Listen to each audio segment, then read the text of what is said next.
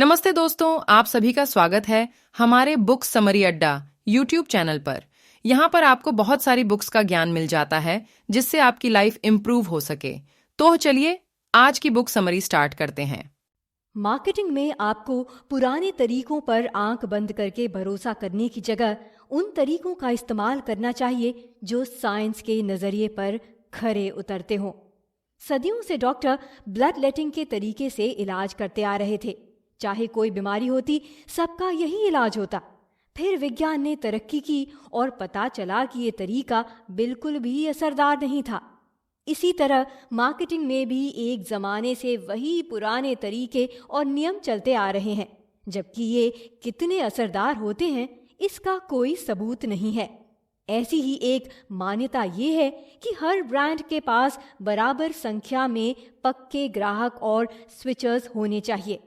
Switchers उनको कहा गया है जो एक ब्रांड से दूसरे ब्रांड को चुनते रहते हैं।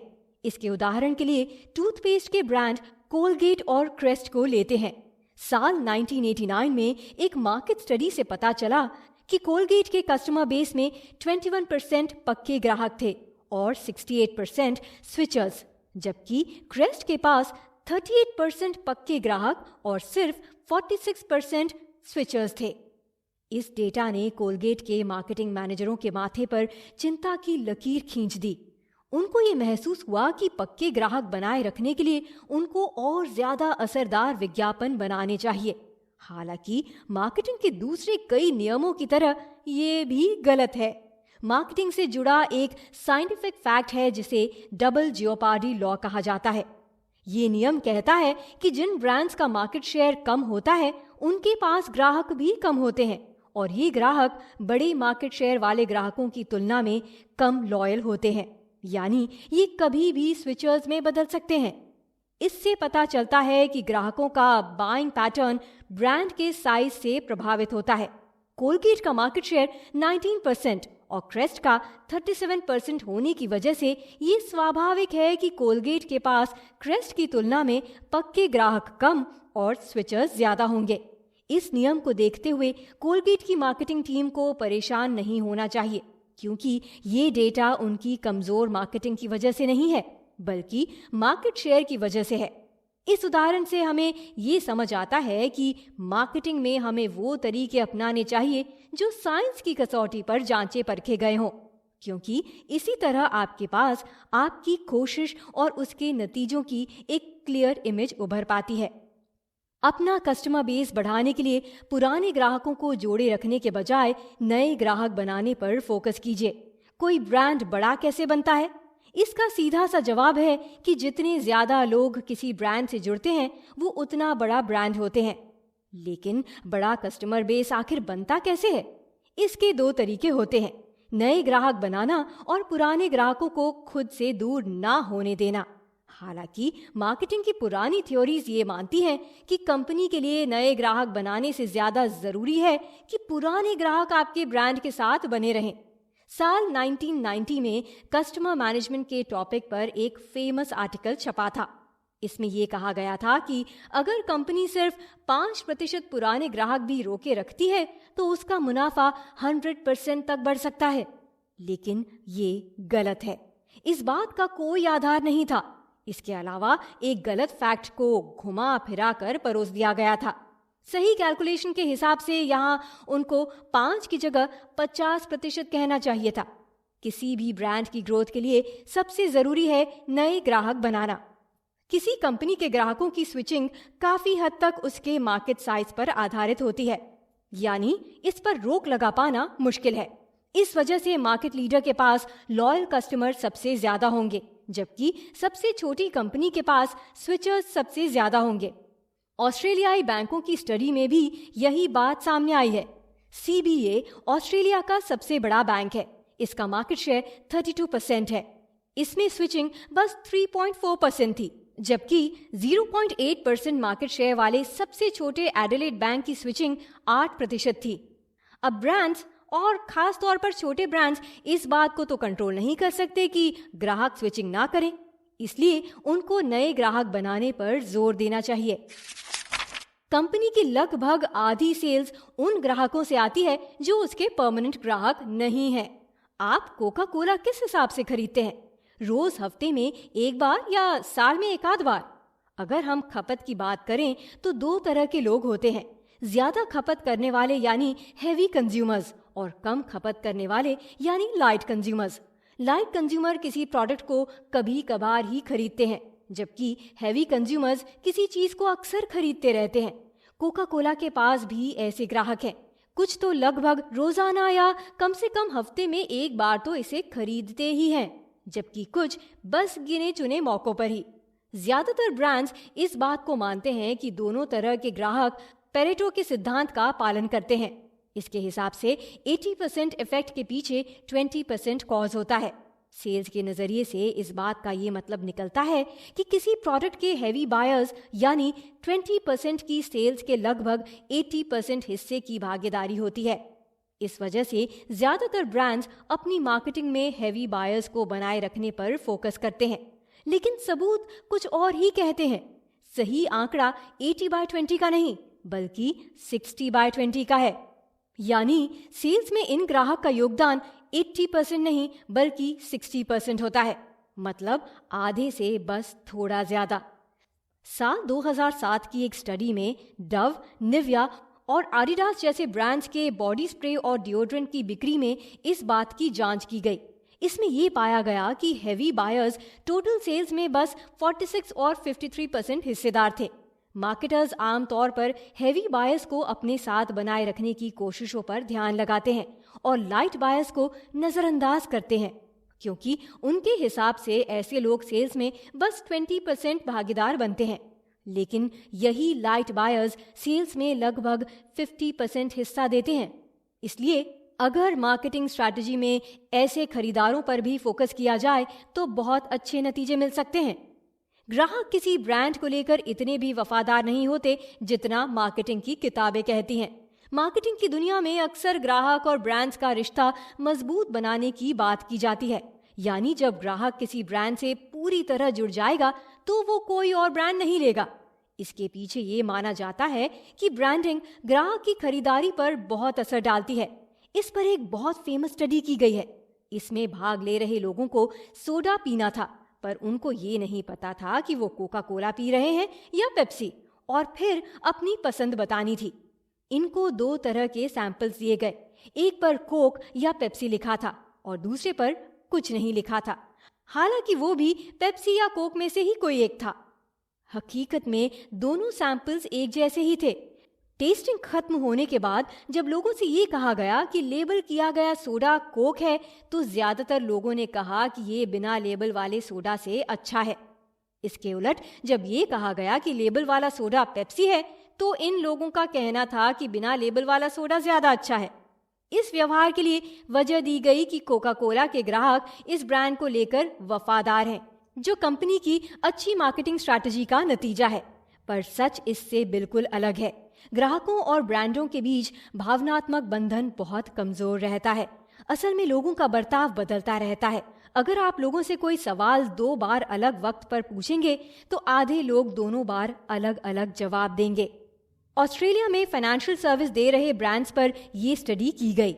इसमें भाग ले रहे लोगों से 2 बार अलग अलग वक्त पर ये सवाल पूछा गया कि क्या ये ब्रांड्स आपको एक पर्सन के तौर पर महत्व देगा या फिर बिजनेस देने वाले एक ग्राहक के तौर पर। इसमें ANZ और NAB के ग्राहक शामिल थे। पहली बार 11% लोग ब्रांड के सपोर्ट में थे, उन्होंने पहला जवाब चुना। लेकिन दूसरी बार ANZ के लिए इनमें से 53% और NAB के लिए 44% लोगों ने अपना जवाब दोहराया। लगभग आधे लोगों ने जवाब बदल दिया। ज्यादातर ग्राहक इस बात की खास परवाह नहीं करते कि वो कौन सा ब्रांड खरीद रहे हैं। हालांकि बहुत से ग्राहक एक ब्रांड के साथ टिके रहते हैं, पर इसकी वजह ये होती है खास प्रोडक्ट पसंद होता है, ना कि ब्रांड। मार्केटिंग का फोकस ब्रांड को नोटिसेबल बनाने पर होना चाहिए। जब हम किसी नई या अनजान जगह पर जाते हैं और हमें भूख सता रही होती है, तो हम किसी भी नजदीकी रेस्टोरेंट में चले जाते हैं। पर कभी आपने ये सोचा है कि हम कोई खास ब्रांड क्यों चुनते हैं? मार्केटर्स अपने प्रोडक्ट और सर्विस को दूसरों से अलग बनाकर आपका ध्यान आकर्षित करने पर जोर देते हैं। सबका यही कहना है कि उनका प्रोडक्ट यूनिक है, क्योंकि जब आपके सामने एक प्रोडक्ट के इतने ब्रांड्स होंगे तो आप किसी एक को कैसे चुनेंगे। उदाहरण के लिए मैकडॉनल्ड्स, पिज्जा हट और केएफसी सभी किसी खास तरह का भोजन बेचते हैं, यानी बर्गर, पिज्जा और फ्राइड चिकन। ये सब चीजें एक दूसरे से अलग हैं, इसलिए इनसे अलग अलग ग्राहकों को आकर्षित होना चाहिए। लेकिन लोगों की नजर में किसी एक सेक्टर में मौजूद ब्रांड के बीच ज्यादा अंतर नहीं होता है। भले ही ये तीनों स्टोर्स अलग अलग चीजें बेचते हैं, फिर भी लोगों के लिए ये सब फास्ट फूड ही है बस।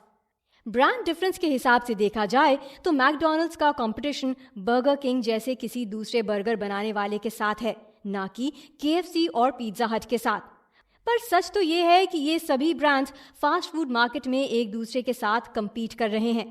इसलिए किसी ब्रांड को दूसरे से अलग करने की कोशिश के बजाय मार्केटर को चाहिए कि वो ब्रांड को और ज्यादा नोटिसेबल बना दे, उसकी विजिबिलिटी ज्यादा कर दे। ये बात मायने नहीं रखती है कि आपके ब्रांड के पास कितनी वैरायटी है। लोग किसी ब्रांड को कितनी जल्दी पहचान जाते हैं, ये जरूर मायने रखता है। इसके लिए ब्रांड को विजिबल और लोगों को खास बनाइए। कोका कोला का लाल बैकग्राउंड या ऊंचाई पर लगा मैकडॉनल्ड्स का गोल्डन आर्च अब हर कोई पहचानता है। आपको भी अपने ब्रांड के लिए इस तरह के रंग और डिजाइन्स का चुनाव करना चाहिए जो लोगों का ध्यान खींचे। इसलिए जब आप किसी नई जगह पर जाते हैं तो भूख लगने पर कोई खास रेस्टोरेंट या भोजन नहीं ढूंढेंगे। आपको जो भी रेस्टोरेंट सबसे पहले दिख जाता है वहीं चल देते हैं। अब ऐसे में कहीं आपको मैकडॉनल्ड्स का बोर्ड या उसके गोल्डन आर्च दिख जाएं तो आपके कदम खुद ब खुद उसकी तरफ बढ़ जाएंगे। विज्ञापन हमारी यादें ताज़ा करके अपना असर छोड़ जाते हैं, लेकिन इनको लाइट बायर्स के लिए फोकस किया जाना चाहिए। अभी आपने पढ़ा कि विज्ञापन ब्रांड की कोई खास मदद नहीं करते, पर क्या इसका मतलब ये है कि इनको सिर से नकार दिया जाए? इसका जवाब हमें इस बात से मिलेगा कि विज्ञापन अपना काम कैसे करते हैं। विज्ञापनों का मुख्य उद्देश्य ये होता है कि वो हमारी पुरानी यादें ताज़ा कर दें और इस तरह हम जो खरीदने जा रहे थे उसकी जगह विज्ञापन में दिखाई गई चीज ले आए। विज्ञापन नई यादें बनाते भी हैं, जैसे गिल्ली डंडा हमें अपने बचपन की याद दिला देता है। किसी बच्चे का टाइम टेबल देखकर हमें अपने एग्जाम के दिन याद आ जाते हैं। इसी तरह किसी ब्रांड के साथ हमारी ऐसी जितनी यादें जुड़ी होती हैं, हमारी उसे खरीदने की संभावना उतनी ज्यादा हो जाती है। इनको मेमोरी स्ट्रक्चर कहा गया है। ये स्ट्रक्चर हमेशा ताज़ा किए जाने चाहिए। जैसे जैसे समय बीतता है लोग बदलते हैं, इसलिए ब्रांड को भी अपडेट करते रहना चाहिए ताकि वो पुराना ना पड़ जाए। कोका कोला जैसे बड़े ब्रांड्स भी ये नियम फॉलो करते हैं, इसलिए समय समय पर उनके विज्ञापन भी बदलते रहते हैं। पहले यूएस में कोका कोला को दवा की दुकानों में बेचा जाता था, इसलिए इसके विज्ञापन में उसी दौर की झलक दिखाई दी, जब किशोर होते बच्चे गर्मी की छुट्टियों में अपने दोस्तों के साथ मौज मस्ती करते हुए इसे दवा दुकानों से खरीदते थे। ये विज्ञापन लोगों को उनके जीवन के उस मजेदार वक्त की याद दिलाने लगा जब बाकी लोग रम पीते थे और वो अपने दोस्तों के साथ नाइट आउट करते हुए कोका कोला के मजे लेते थे। ऐसे विज्ञापनों ने लोगों को उसी दौर में वापस पहुंचाकर उनको फिर से कोका कोला खरीदने के लिए मजबूर कर दिया। किसी ब्रांड के विज्ञापन में उसके पूरे कस्टमर बेस को टारगेट करने की जरूरत नहीं होती है, क्योंकि मुख्य रूप से लाइट बायर्स ही इससे प्रभावित होते हैं। हैवी बायर्स को इस तरह से पुश करने की जरूरत नहीं होती है, क्योंकि वो तो हर हाल में अपने ब्रांड के साथ ही रहते हैं। लाइट बायर्स अपनी सोच लगातार बदलते रहते हैं। कभी उनको कुछ खरीदना होता है तो कभी कुछ और। आखिर में वो क्या खरीदेंगे इसका फैसला बहुत सी बातों पर आधारित होता है और विज्ञापन उनमें से एक है। विज्ञापन की वजह से लाइट बायर्स ब्रांड को याद भी रखते हैं। प्राइसिंग की स्ट्रैटेजी बहुत सोच समझकर बनानी चाहिए। हम सब ने दुकानों में सेल वाले बोर्ड लगे देखे हैं। कभी आपके मन में ये सवाल आया कि ब्रांड अपनी कीमतों को भी प्रमोशन के लिए इस्तेमाल क्यों करते हैं? क्योंकि उनको इसका बहुत अच्छा नतीजा मिलता है और थोड़े ही समय में बिक्री बहुत बढ़ जाती है, क्योंकि इस तरह का प्रमोशन उन ग्राहकों को भी आकर्षित कर लेता है जो ज्यादा खरीदारी नहीं करते। ऐसे लोगों के लिए कोई खास ब्रांड उतना मायने नहीं रखता और ये लोग कीमत देखकर चीजें लेना ज्यादा पसंद करते हैं। लेकिन इस तरह के प्रमोशंस का असर बहुत कम देर के लिए रहता है, क्योंकि सेल खत्म हो जाने पर चीज अपनी पुरानी कीमत पर आ जाती है। इस वजह से बिक्री भी पुराने लेवल पर आ जाती है। लेकिन ज्यादा सेल्स का मतलब ज्यादा मुनाफा हो, ये भी जरूरी नहीं है, क्योंकि कीमत घटने का मतलब है प्रॉफिट मार्जिन कम करना। इसलिए जब कभी आप सेल लगाने की सोचते हैं तो आपको बहुत सोच समझकर कीमत तय करनी चाहिए। इसे एक उदाहरण से समझते हैं। मान लीजिए आप एक स्वेटर बेच रहे हैं। आप इसे 100 रुपये में बेच रहे हैं, पर इसकी असली कीमत है 70 रुपये। ऐसे में अगर आप 10% की सेल लगाते हैं तो आपको 100 रुपये के बदले 90 रुपये ही मिलेंगे, यानी 30 रुपए के बदले 20 रुपए का प्रॉफिट। अब अगर बाकी दिनों में आप 4 स्वेटर बेचकर 120 रुपये कमाते थे तो सेल लगाने पर इतनी कमाई के लिए 6 स्वेटर बेचने पड़ेंगे, वरना 5 स्वेटर बेचकर भी आपका नुकसान ही है। प्राइस प्रमोशन का एक साइड इफेक्ट ये भी होता है कि सेल खत्म हो जाने के बाद ये उल्टा असर कर सकता है। जो लोग 90 रुपये पर स्वेटर खरीद चुके हैं वो भला अब इसके 100 रुपये क्यों देंगे? अब उन्हें ये समझ आ गया है कि स्वेटर तो 90 रुपये की ही है ना, कि 100 रुपये की। जितने लंबे समय तक सेल लगेगी उनकी सोच और गहरी हो जाएगी। लेकिन ऐसे में अगर ब्रांड अपना प्रॉफिट मार्जिन बनाए रख सकता है तो उसके लिए बहुत फायदेमंद साबित हो सकता है। लेकिन अगर वो हाई प्रोडक्शन कॉस्ट जैसी बातों की वजह से प्रॉफिट मार्जिन नहीं मेंटेन कर पाएंगे तो उनको दिवालिया होने से कोई नहीं बचा सकता। जब किसी ब्रांड की पहुंच लोगों तक आसानी से होती है तब वो जल्दी ग्रो करते हैं। अब आपने ये समझ लिया कि प्रॉफिट तभी बढ़ेगा जब ज्यादा ग्राहक होंगे। यही वजह है कि मार्केटिंग की सही समझ रखने वाले लोग नए और ज्यादा ग्राहक बनाने पर जोर देते हैं। फिर भी ग्राहक को किसी ब्रांड की तरफ लुभाना इतना आसान नहीं है। इसकी एक वजह यह भी है कि लोग अब पहले से कहीं ज्यादा समय मीडिया पर बिताते हैं। साल 2005 में अमेरिका में इस पर एक स्टडी की गई। इससे ये पता चला कि एक आम आदमी अपने दिन का लगभग 30% समय टीवी, ऑनलाइन कंटेंट और अखबारों में लगा देता है। इस तरह लोगों की नजरों के सामने रोज सैकड़ों विज्ञापन आ जाते हैं। इस वजह से किसी एक विज्ञापन का प्रभाव बहुत कम होता है। दूसरी वजह यह है कि ग्राहक ठीक ठाक या काम चलाओ जैसी चीजों पर भी समझौता कर लेते हैं, क्योंकि वो किसी प्रोडक्ट की बारीकियों में अपना समय और ताकत खर्च नहीं करना चाहते। यानी उनके लिए ऑप्टिमाइज करने की जगह सैटिस्फाइज करना ज्यादा आसान रास्ता है। ऐसे में ब्रांड अपने ग्राहकों की संख्या बढ़ाने के लिए क्या कर सकता है? इसका सबसे आसान और असरदार तरीका ये है कि ग्राहकों के लिए खरीदारी को आसान बना दिया जाए। इसके लिए 2 दिशाओं में काम करना होगा। अपने प्रोडक्ट को लोगों के दिमाग और हाथ दोनों तक आसानी से पहुंचाना होगा। दिमाग तक पहुंचाने का मतलब है कि जब कभी ग्राहक कुछ खरीदने का सोचे तो उसके दिमाग में आपके ब्रांड का नाम आए और ये सीधे तौर पर मार्केट शेयर से जुड़ा हो। जितना बड़ा मार्केट शेयर, लोगों की सोच तक उतनी बड़ी पहुंच। जब आप कॉफी पीना चाहते हैं तो कौन से ब्रांड दिमाग में आते हैं? बहुत से लोगों को सबसे पहले स्टारबक्स याद आता है। दूसरा पहलू है आपके ब्रांड को लोगों तक आसानी से पहुंचाना। भले ही कोई ग्राहक आपका प्रोडक्ट खरीदने का सोच ले, पर अगर उसे वो आसानी से मिले ही ना तो क्या होगा? इसीलिए ये बहुत जरूरी है कि वो जब चाहे तब आपकी चीज उसे मिल जाए। यानी भले ही आप स्टारबक्स में जाकर कॉफी पीना चाहते हो, पर अगर आपके आसपास कोई स्टोर है ही नहीं तो आप क्या करेंगे? जाहिर है कि कोई दूसरा ब्रांड चुनेंगे जो उस वक्त आपके सामने होगा। यही वजह है कि हर शहर में इतने सारे स्टारबक्स के स्टोर हैं। कुल मिलाकर एक मार्केटर को कभी भी आंख बंद करके उन थियरीज को फॉलो नहीं करना चाहिए जो मार्केटिंग की फील्ड में सालों से चली आ रही हैं। भले ही अतीत में उनके कुछ नतीजे मिले हों, पर जरूरी नहीं है कि वो बदलते दौर में भी इतनी असरदार साबित हों। आपको नए तरीके अपनाने चाहिए, खास तौर पर ऐसे तरीके जिनको विज्ञान सही साबित कर चुका है। इस तरह किसी गलती की गुंजाइश बहुत कम और सफलता की संभावना बहुत बढ़ जाती है। क्या करें? अपने ब्रांड को दूसरों से अलग बनाएं। जब आप अपना ब्रांड बना रहे हो तो आपको ये समझना पड़ेगा कि पहले से चल रहे कंपटीशन के बीच आप कैसे इसको मार्केट में जमा पाएंगे। लोगों के पास तो पहले से ही ढेर सारे ऑप्शंस हैं, तो कोई आपके ब्रांड को नोटिस क्यों करेगा? आपको इसका तरीका ढूंढना होगा। ज्यादातर कंपनियां ये मानती हैं कि उनको अपने प्रोडक्ट्स दूसरे ब्रांड से अलग बनाने चाहिए, लेकिन ये पूरी तरह सही बात नहीं है।